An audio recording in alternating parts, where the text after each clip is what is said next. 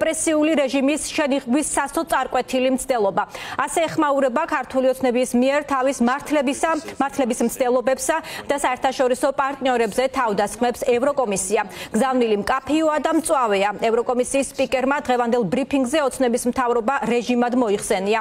ანიტა ჰიპერის რეაქციის მიზეზი კი შალვა პაპუაშვილის ერთ-ერთი ბოლო განცხადება გახდა, როცა არ გაქვს არგუმენტი დაუძახე მოწინააღმდეგეს რუსი.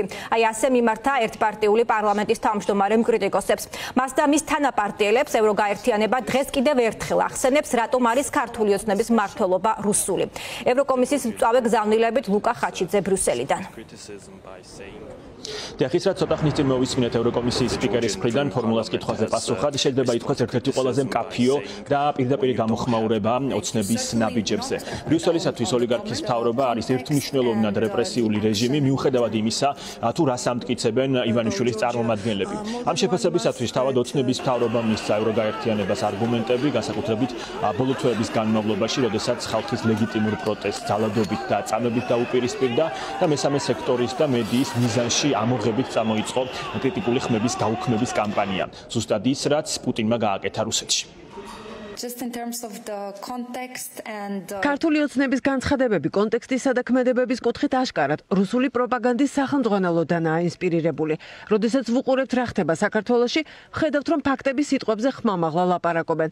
როდესაც გჭირდება ოპოზიციის ლიდერთა ციხეში ჩასმა, როდესაც დევნი დამოუკიდებელ მედიას, როდესაც მიზანში იღებს სამოქალაქო საზოგადოებას, როდესაც გჭირდება კანონების შეცვლა, რომ შენი მმართველი პარტია უპირატესობით სარგებლობდეს.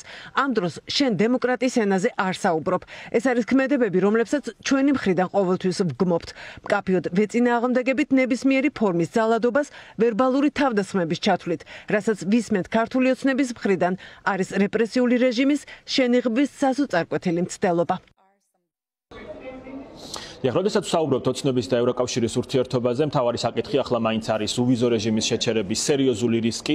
ევროკომისიაში ამბობენ, რომ ჯერ კიდევ აფასებენ დოკუმენტს, რომელიც ოლიგარქის მთავრობამ გამოაგზავნა აქ ბრიუსელში და სადაც ოცნება გავრცელებული ინფორმაციით ამტკიცებს, რომ თითქოს არაა რეპრესიული რეჟიმი, არც ადამიანის უფლებებს არ ღვევს და არც კანონებს იღებს კრიტიკოსების გასაჩუმებლად. ევროკომისიის წარმომადგენელმა ბრიფინგზე ასევე კიდევ ერთხელ განმარტა, რას ნიშნავს უვიზო რეჟიმის შეჩერების მექანიზმში ცვლილებები.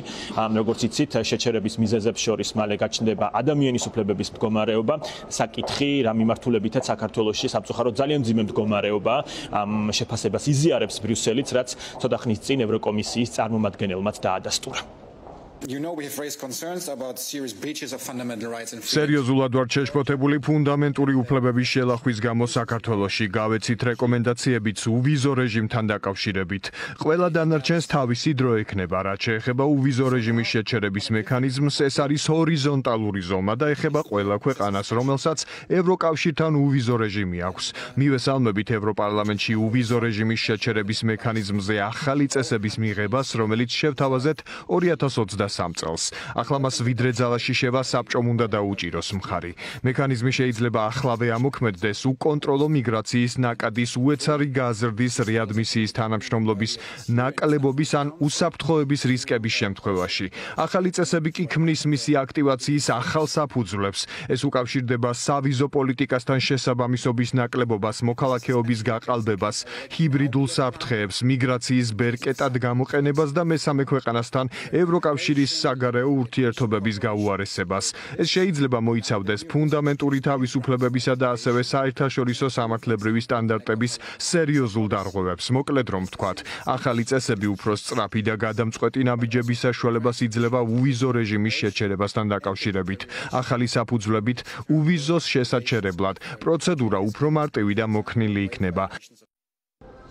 ცვლილებები, რომლებიც მალე შევა ვიზის შეჩერების მექანიზმში, რა თქმა უნდა, მხოლოდ საქართველოსათვის არ იქნება მიღებული, ის გავრცელდება უვიზო მიმოსვლით მოსარგებლე ყველა ქვეყანაზე, თუმცა ადამიანის უფლებებზე ასეთი აქცენტი აშკარაა, რომ პასუხობს იმ მდგომარეობას, რომელიც ახლა საქართველოში არის შექმნილი, რაც კიდევ უფრო მოსალოდნელს ხდის სამწუხაროდ, რომ ბლოკის წევრი ქვეყნები მიიღებენ გადაწყვეტილებას, რომ საქართველოს შეუჩერდეს უვიზო მიმოსვლა ევროკავშირთან.